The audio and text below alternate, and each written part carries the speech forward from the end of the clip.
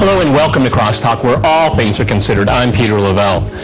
It's probably fair to say no other American president is more controversial than Donald Trump. With so many powerful forces arrayed against him, can he succeed, even stay in office? We will see. However, legitimizing the destructive means employed against Trump may be the lasting damage.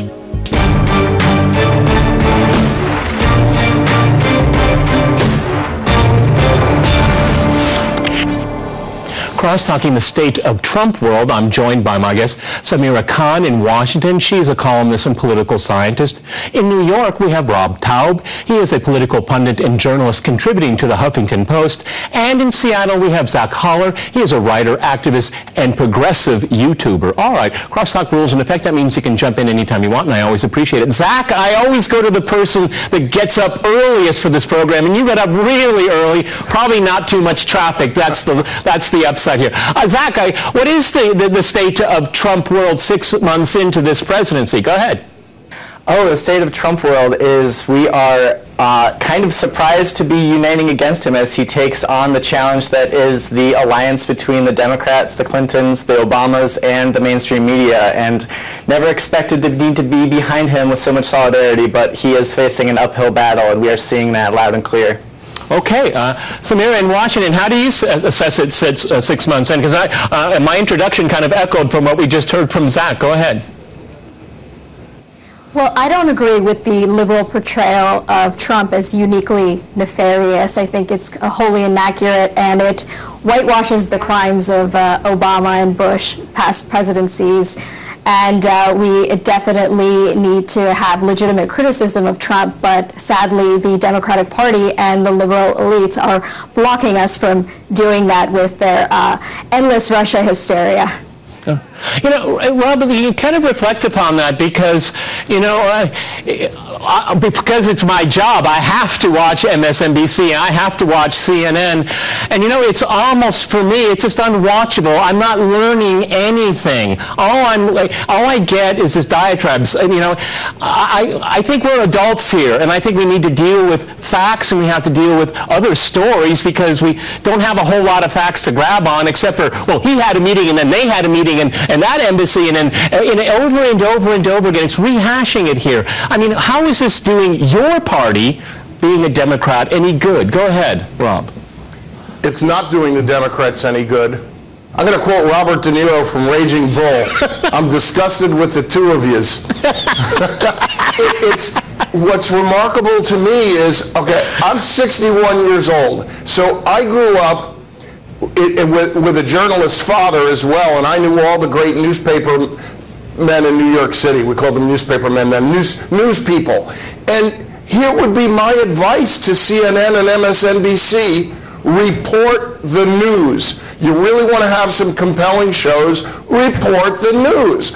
I don't want to hear a pundit just ramble on endlessly and beat a story to death. There's nothing there anymore. And now I'll quote my grandmother, yatata, yatata, yatata.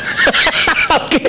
That's all you hear. Yeah, but that's the point, exactly. But that's exactly the point here, is that, and it seems to me, and I have some distance, quite literally, on this topic, it seems to me it's all boomeranging back at the people that are at war with Donald Trump. And don't get me wrong, and my viewers and my guests here, I am not, you know, a dyed-in-the-wool Trump supporter. I am not. There's many things that infuriate me about him, and many decisions he made I very much disagree with. But the way the media and the deep state and the Democratic Party is treating him is just unconscionable, and it is damaging to the Republican and to Democratic processes and the image of America in the world. Go ahead, Zach.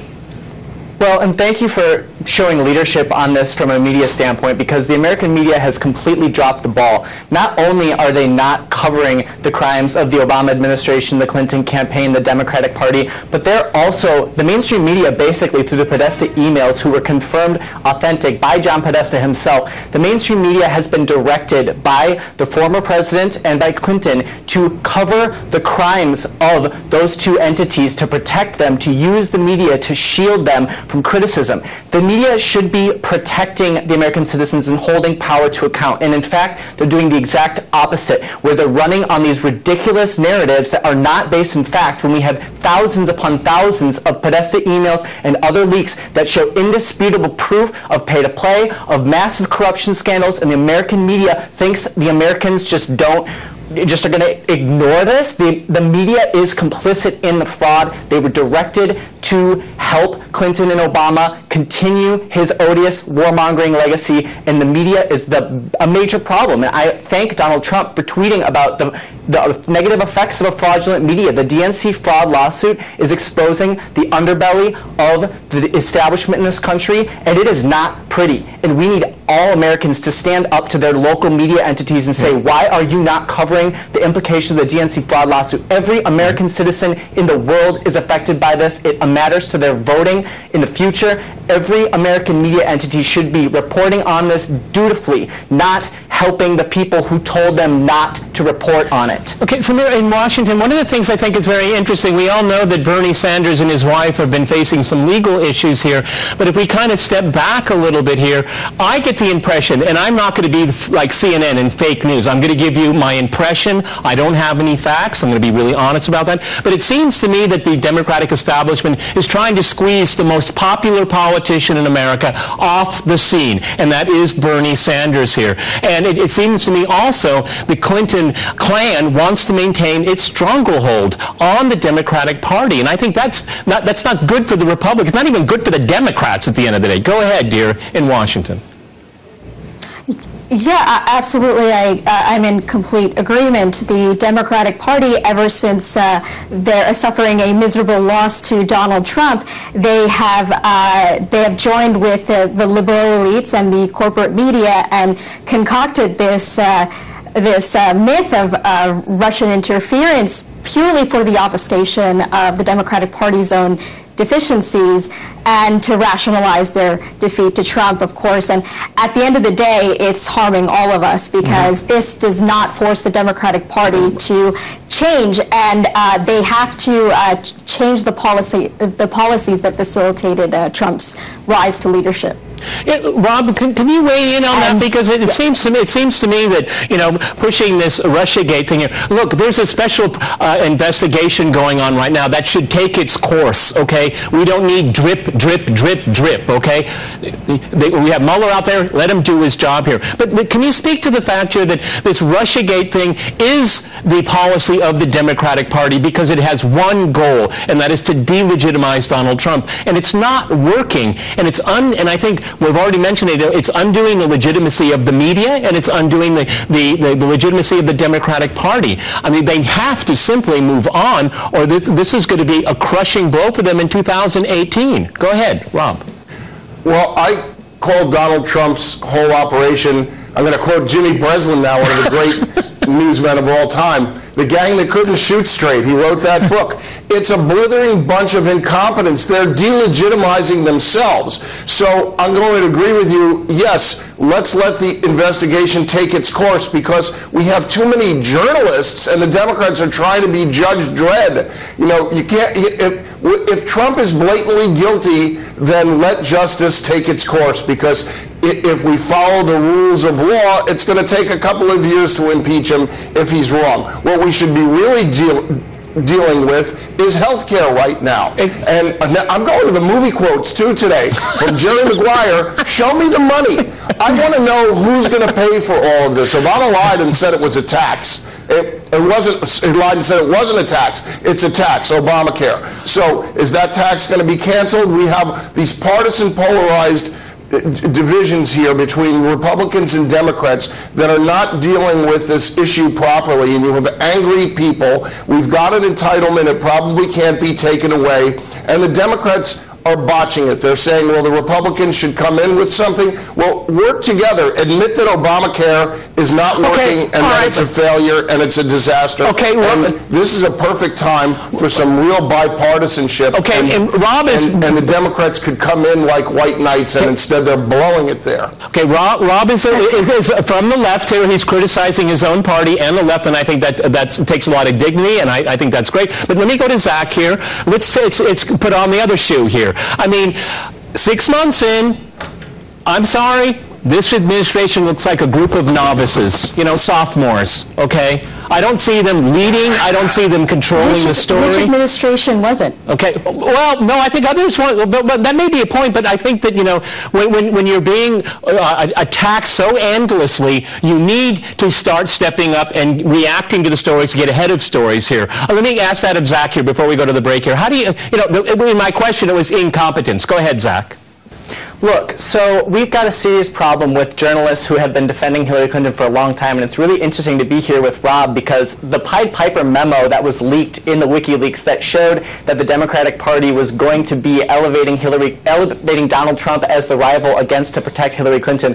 Rob's articles that were out in the Huffington Post in 2015 and even 2014 are totally consistent with that strategy, so I'd be curious to hear if he was directed in any way to write any of those articles by the Clinton campaign or the Democratic Party, because the real onus is on the Democratic media to recover from what was exposed, what they did to protect Hillary Clinton before anyone had even voted in the primary election. So Rob, if you have anything to say about that, that'd be great, because any comments about impeachment, anyone who's telling us that impeachment is possible when it requires 2/3 Senate, it's a complete non-starter. Anyone parroting that line is doing a direct disservice to the country. We need to break up big media like we need to break up big banks, and anyone who's not talking about the direct threat of a consolidated media to our democracy is part of the problem, and they are ignoring that right now.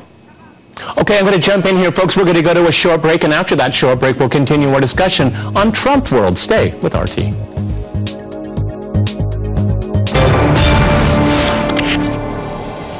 Welcome back to Crosstalk, where all things are considered. I'm Peter Welch. I remind you, we're discussing the Trump presidency.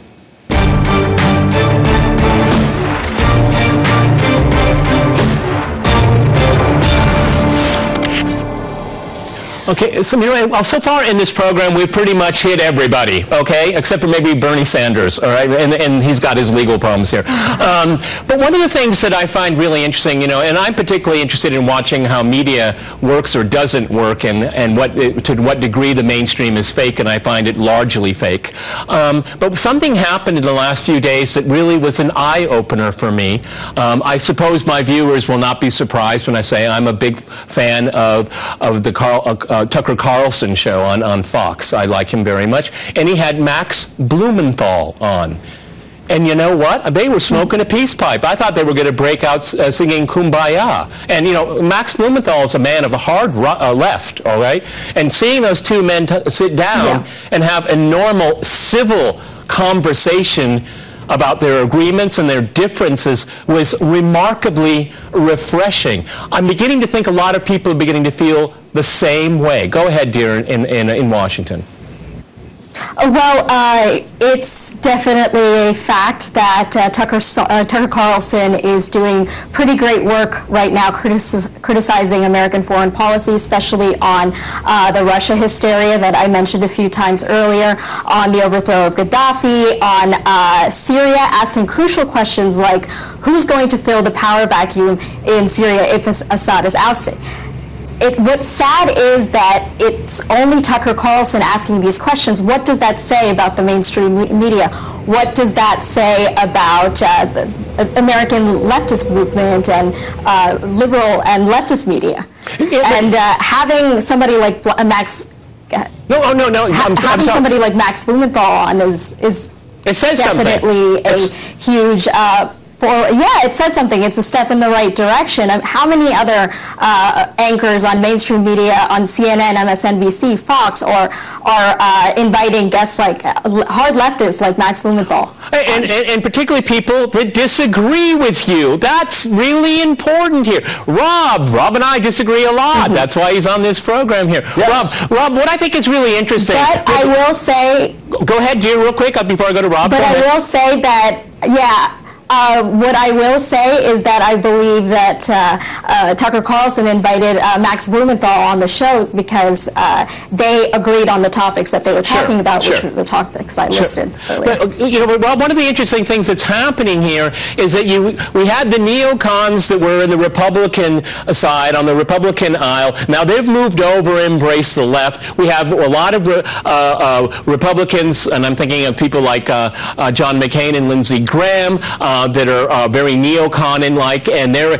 moving, at least ideologically, to the new stance of the Democrats here. And then you have someone like Max Blumenthal kind of changing his stripes, too. I mean, this is a very interesting mixture that's going on right now. It's almost kind of recasting the paradigm in a way. And it's all because of Donald Trump, okay? Go ahead. I don't know if you've ever heard my liberal categories, but I have the sane liberals, which is me. That means you're fiscally responsible. Knee-jerk liberals and complete jerk liberals.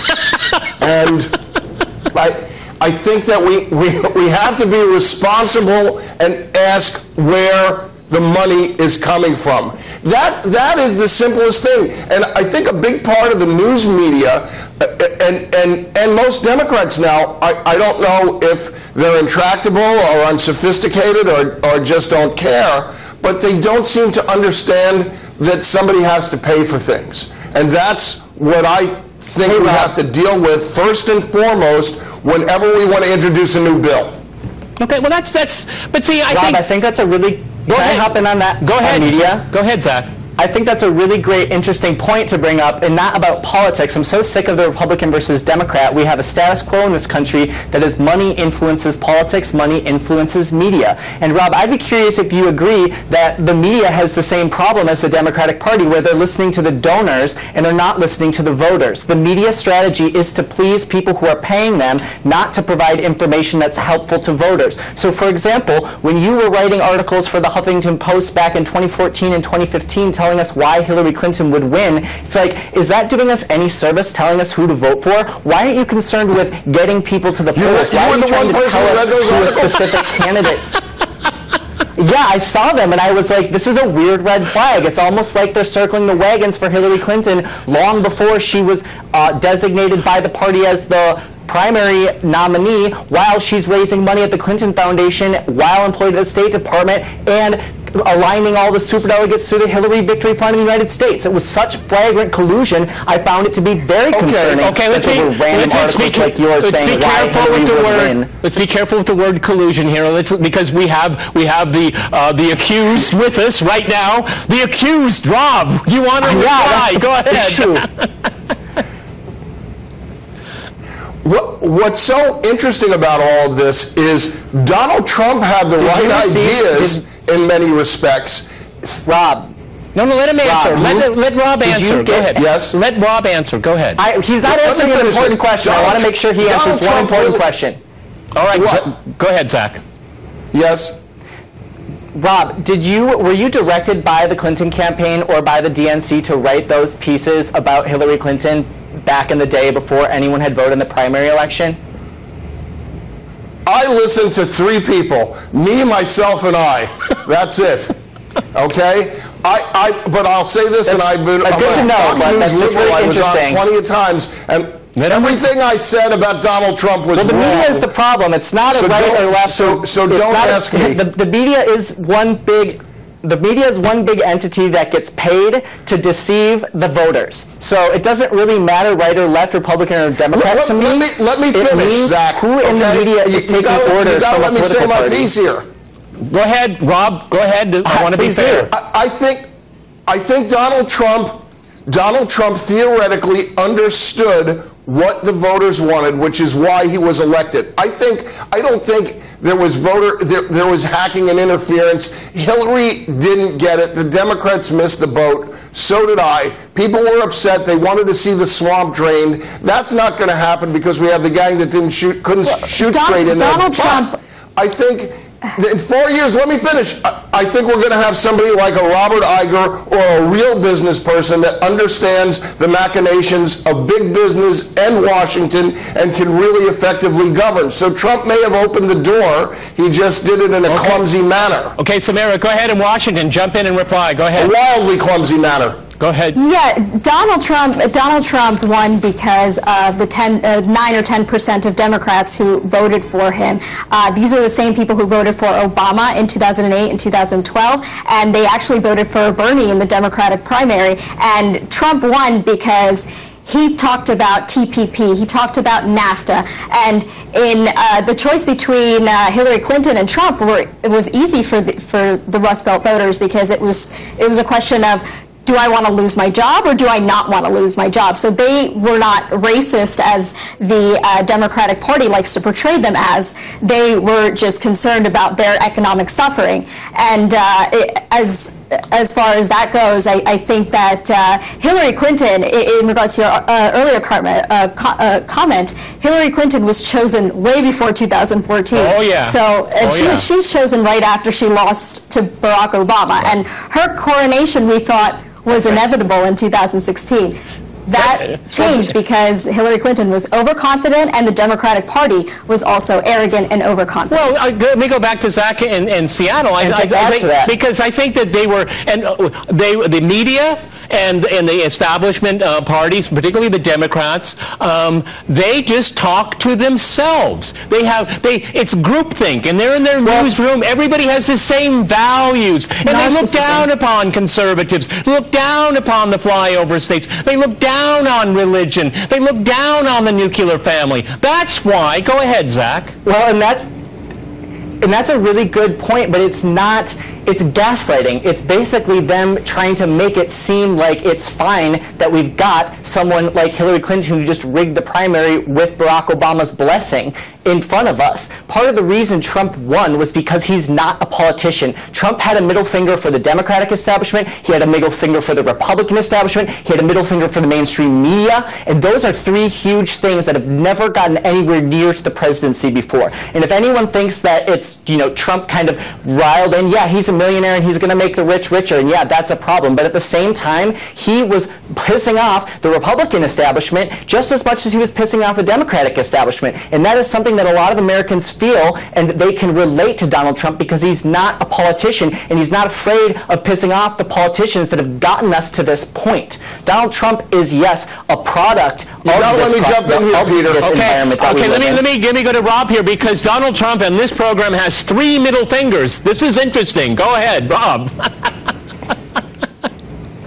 I'm going to agree with much of what Zach said, but I'm also going to explain the way the White House in Washington works, which it seems so many of my colleagues have forgotten. Okay, in the White House we have special advisors to the president, deputy advisors to the president, advisors to the president. Those are usually, whether you're a Democrat or Republican, have been populated by the best and the brightest we have to offer. Donald Trump has staffed his apps, saps, and daps, as we call them, with Sebastian Gorka, Bond villain, Omarosa, reality show contestant, Dan Scavino, former caddy, Robert Schiller, bodyguard. These are incompetents that haven't the slightest idea how to run a bodega, let alone the country. And this is one of Trump's major failings. He's used to running a mom-and-pop store, and now he's trying to run a multinational corporation, if you will, to give you a business analogy. Let me go to Washington. Let me get Washington. Last 20 seconds, dear. Go ahead. Yeah, you mentioned all these incompetent fools, quote unquote, but I would rather have an incompetent fool in the administration than somebody like Dick Cheney or Hillary Clinton. Well, that's a very, very interesting point here. Maybe it would be better if the Soprano family ran the country. I don't know.